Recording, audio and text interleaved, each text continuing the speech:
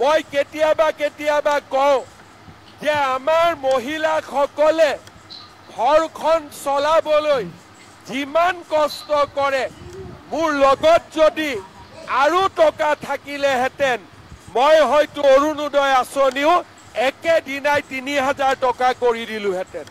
কিন্তু আজি আমি দুখীয়া দেশ, তথাপিতো আজি আপোনালোকে দেখা পাইছে যে ৮৩০ টকাৰ পৰা অৰুণোদয় ১২৫০ আৰু ২৫০ টকা গেছ এতিয়া ১৫০০ টকালৈকে যাবৰ বাবে আৰম্ভ কৰিছে।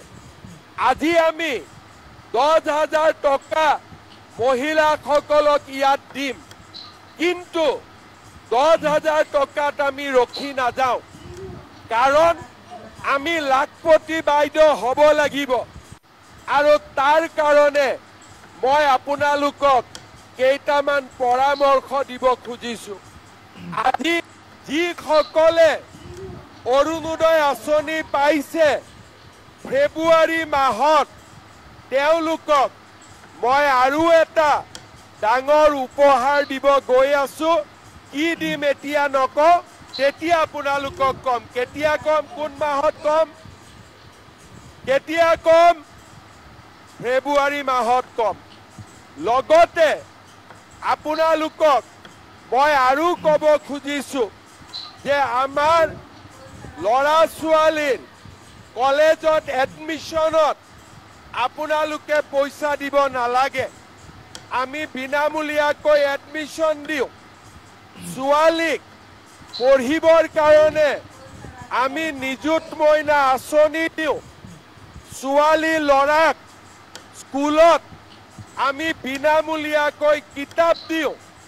মেট্ৰিকৰ ফৰ্ম ফিল-আপৰ বেছি পইচা আমি দিওঁ। ক্লাছ 9ৰ ছোৱালী ল'ৰাক আমি চাইকেল দিওঁ, আৰু ভাল ৰিজাল্ট কৰিলে আমি স্কুটি দিওঁ।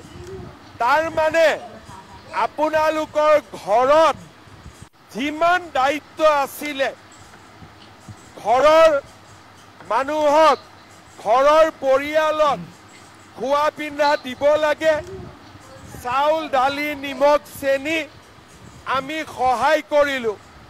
গেছ কিনিব লাগে, গেছত আমি সহায় কৰিলোঁ।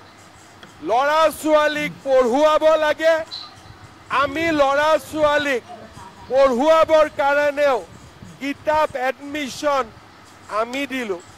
তাৰ মানে ঘৰৰ মালিকৰ কষ্ট আমি যিমান পাৰোঁ আমি কমাই দিলোঁ।